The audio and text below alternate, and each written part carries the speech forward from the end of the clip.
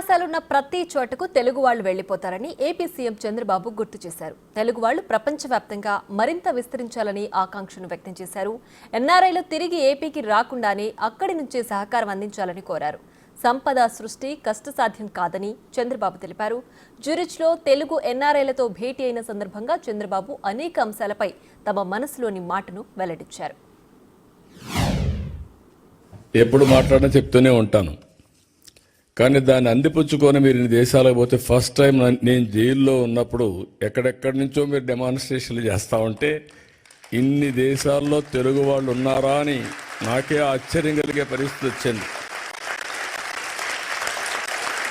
అది 1-2 రోజులు చేయాలా మీరు?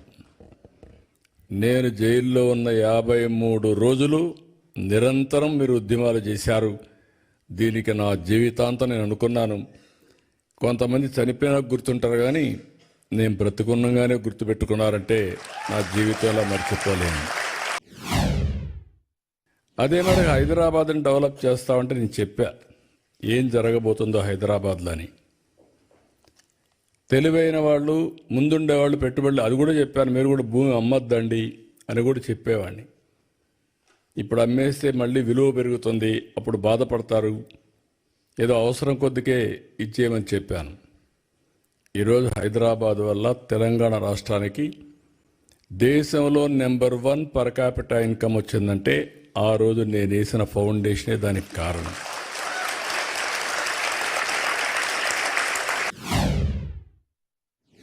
రాష్ట్ర భవిష్యత్తు ఒక పక్క, రాజకీయాల్లో ఉండదగ్గ వ్యక్తి కాని వ్యక్తి ఆ రాష్ట్రంలో ముఖ్యమంత్రిగా ఉంటే ఏం జరిగిందో మనం చూసాం. అందుకని అందరం కలవాలనుకున్నాం. తెలుగుదేశం, జనసేన, బీజేపీ 3 పార్టీలు కలిసి పోటీ చేశాం. పోటీ చేస్తే నాకే ఆశ్చర్యం వేస్తుంది. ప్రపంచంలో ఎక్కడెక్కడి నుంచో వచ్చారు మీరు, నెలల తరబడి అక్కడే ఉన్నారు. ఒక్కొక్కరు మీకు ఎంత శక్తి ఉంటే అంత డబ్బులు ఖర్చు పెట్టి ఎన్నికల్లో గెలిపించారంటే ఇది మా జీవితంలో ఎప్పుడూ మర్చిపోలేని సంఘటన. ఇది ఎవరైనా సరే ఏ ఫీల్డ్లో ఉన్నా రాణించాలంటే ఆర్థికంగా ఇబ్బందులు లేకుండా ఉండాలి. అందుకే నేను ఆలోచించింది, రాజకీయాల ద్వారా డబ్బులు సంపాదిస్తే ఎప్పటికీ ఆ గౌరవం రాదు. కాబట్టి ఫ్యామిలీ ఎప్పుడు రాజకీయం పైన ఆధారపడకూడదని నేను వ్యాపారాలు చేయాలని బిగినింగ్లో నిర్ణయించి 1-2 ఫెయిల్ అయినా ఫైనల్గా హెరిటేజ్ పెట్టాం. ఈరోజు కుటుంబం గౌరవంగా బతికే పరిస్థితి వచ్చిందంటే అది ఆ రోజు ప్రారంభించిన హెరిటేజ్ అని చెప్పి కూడా మీకు తెలియజేస్తున్నాను. ఎప్పుడు నేను రాజకీయం చేసేవాడిని, మా మిస్సెస్ ఆ కంపెనీ చూసుకునేది. ఇప్పుడు లోకేష్ గారు కూడా రాజకీయాల్లోకి వస్తే బ్రహ్మణి గారు పని చేసుకుంటున్నారు. ఇంకా వెల్త్ క్రియేషన్లో ఇంకా ముందుకు పోవాలి, అది కూడా అవుతాం, నాకేం డౌట్ లేదు దాంట్లో.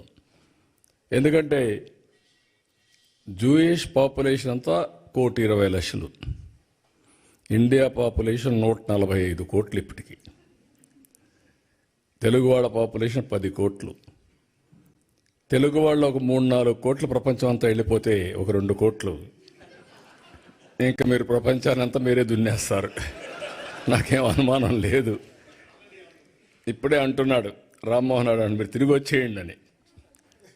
అదే మరి లోకేష్ గారు అన్నారు మీరు వచ్చేసి డెవలప్ చేయాలని. నేను రమ్మనడం లేదు మిమ్మల్ని ఇక్కడే ఉండమంటున్నా, ఇంకా ఎక్స్పాండ్ కావాలని కోరుకుంటున్నా. నా విజన్కు వాళ్ళ విజన్కు అదే వ్యత్యాసం.